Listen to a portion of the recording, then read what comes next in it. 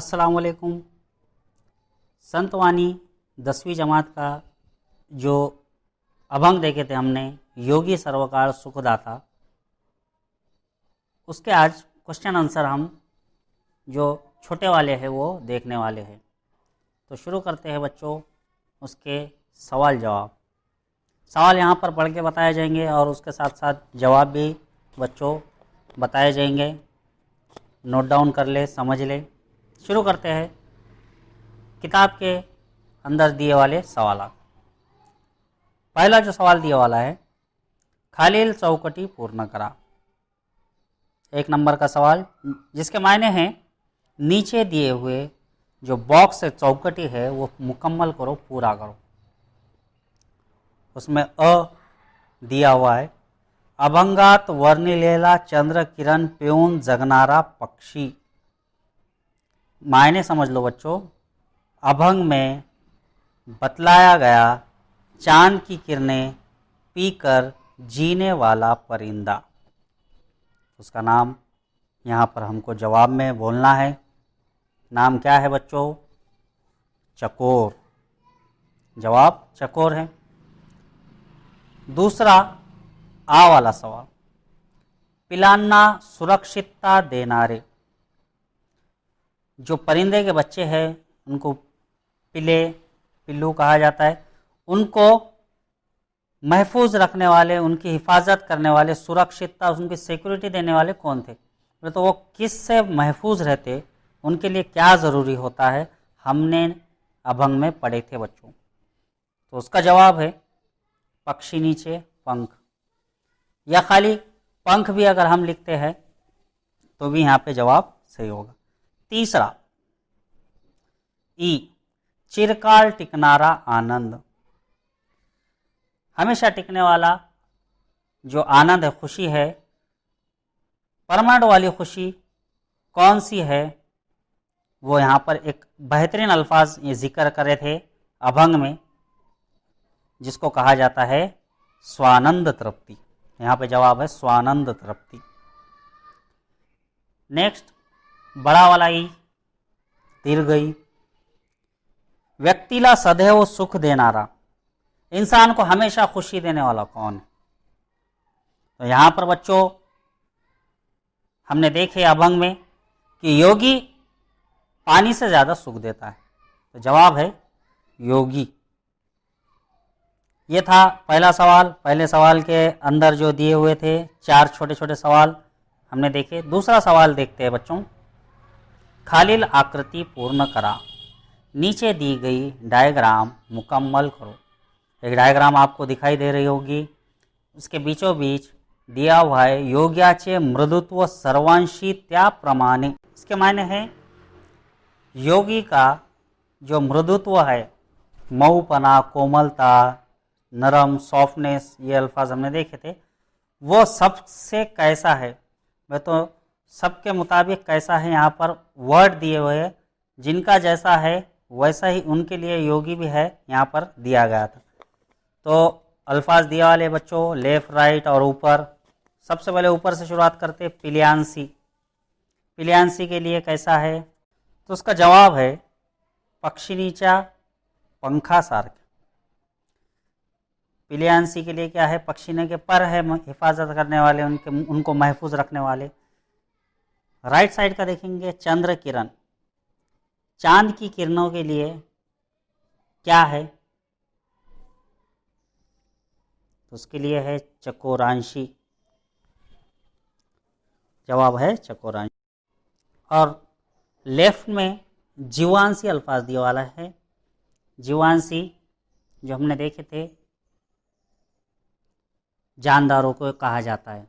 तो जीवांशी के लिए क्या ज़रूरी है बताया गया था बच्चों? जीवन। जीवन को ही हम पानी भी कहते हैं, बताए थे आपको। तो पान्यासार के लिख सकते हैं या जीवन भी हम लिख सकते हैं। तो बच्चों ये थे डायग्राम के जवाब। ऊपर पिलियांसी का जवाब था पक्षिनीयच्या पंखा सारखे, और चकोरा, चंद्र किरण का चकोर, और जीवांशी के लिए पाण्यासारखे या जीवन। इसके बाद नीचे दिया हुआ है बच्चों 3 नंबर का सवाल, खालील तख्ता पूर्ण करा। नीचे एक तख्ता दिए वाला है, जो 2 बॉक्स दिए हुए हैं बड़े वाले, उनको अब मुकम्मल करना है। किस चीज़ के बॉक्स है वो? योगी पुरुष आणि जीवन, पाणी यांच्यातील फरक स्पष्ट करा। योगी पुरुष और पानी, जिसको जीवन भी कहा जाता है, इनमें फ़र्क जाहिर करो, बतलाओ फ़र्क। 2 बॉक्स दिए वाले, इधर लेफ्ट में योगी पुरुष, राइट में जीवन पानी, तो दोनों में हमको फ़र्क बतलाना है। तो दोनों बॉक्स में बच्चों इस तरह से जवाब लिखना पड़ेगा कि योगी पुरुष क्या है और पानी क्या है। योगी पुरुष अगर ऐसे है तो पानी कैसा है, दोनों में अब हमको यहाँ पर फ़र्क बतलाना पड़ेगा। तो यहाँ पर हम शॉर्ट में आपको वो भी एक 2 से 3 जवाब के छोटे छोटे पॉइंटों में बताते हैं। देखा जाए बच्चों तो पूरा अभंग जो था योगी सर्वकाल सुखदाता, वो पूरा फ़र्क ही बताया हुआ है कि योगी ऐसा है, पानी ऐसा है, योगी ऐसे है, पानी ऐसा है। तो यहाँ पर हमको वही काम करना है, आसान है। योगी पुरुष जो है सबाह्य करी निर्मल है, और पानी जो है वो जड़ वरी वरी शाड़ी मड़, ये एक फ़र्क हो सकता है। दूसरा फ़र्क, योगी पुरुष हमको किस तरह की खुशी देता है? स्वानंद तृप्ति। तो हम शॉर्ट में लिख सकते हैं स्वानंद तृप्ति दे। तो और उसके अपोजिट साइड पानी में लिख सकते हैं, पानी का दिया हुआ है सवेची शने त्रषिते होती। तो अभंग के लाइन में लिख सकते हैं, या आसान वर्ड में लिखना है तो लिख सकते हैं शनासाठी जिभेला तृप्त करते पानी। तीसरा पॉइंट, योगी जो है सर्व इंद्रियों को शांत करते हैं। वर्ड यहाँ पर अभंग में दिया हुआ है निवविता सर्वेंद्रिया, वो भी हम लिख सकते हैं। और आसान वर्ड में लिखना है तो लिख सकते हैं इंद्रियांना शांत करतो योगी पुरुष। और उसके अपोजिट साइड में पानी क्या करता है? फक्त जिभेला तृप्त करतो, सिर्फ ज़बान को क्या करता है? वो तृप्त करता है, खुश करता है। और एक एक देखेंगे। चौथा, योगी पुरुष जो है निज ज्ञाने उद्धरी, उसको सादे अल्फाज में लिख सकते हैं आत्मज्ञानाने उद्धार करतो। और उसके अपोजिट पानी क्या करता है? तो अन्नदान करता है, अन्नदान सकड़ांसी, सबको अनाज या खाना देता है। तो इस तरह के हमने यहाँ पे फ़र्क देखे, 4 फ़र्क योगी पुरुष और 4 फ़र्क पानी के बताए वाले। चौथा सवाल दिया हुआ है बच्चों। अब चौथे सवाल को देखते हैं, जो बहुत आसान है। खालील शब्दांसाठी कवितेतील समानार्थी शब्द शोधा। नीचे दिए वाले अल्फाज नज़म में आए वाले, उसके हम मायने हमको लिखना है। जो नीचे हमको दिए वाले हैं उसके ही सेम समानार्थी हम मायने वो हमको ढूंढ कर लिखना है। तो यहाँ पे पहला दिया हुआ है जीभ। जीभ हम ज़बान को कहते हैं, ज़बान के लिए अल्फाज क्या है? तो यहाँ पर आया था अल्फाज बच्चों रसने सींची, तो रसन रसना ऐसा भी हम लिख सकते हैं।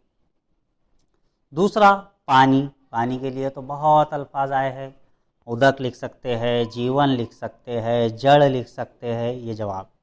गोड़पना, मिठास के लिए क्या अल्फाज आया? मधुरता अल्फाज आया वाला। और ढग, ढग के लिए मेघ अल्फाज अभंग में इस नज़म में आया।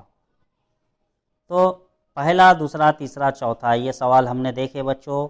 छोटे छोटे जो सवाल है वो देखे, इसके आगे बड़े सवाल है, तो छोटे छोटे सवाल बताना यहाँ पर हो सकता है, इसलिए हमने आपको सब छोटे सवाल बताए। जवाब आप लिख लो, समझ लो बच्चों। वीडियो को बार बार रुका कर अच्छे से देख लो और जवाब को अपने रजिस्टर वगैरह में लिख लो। मिलते हैं नेक्स्ट वीडियो में। अल्लाह हाफिज़।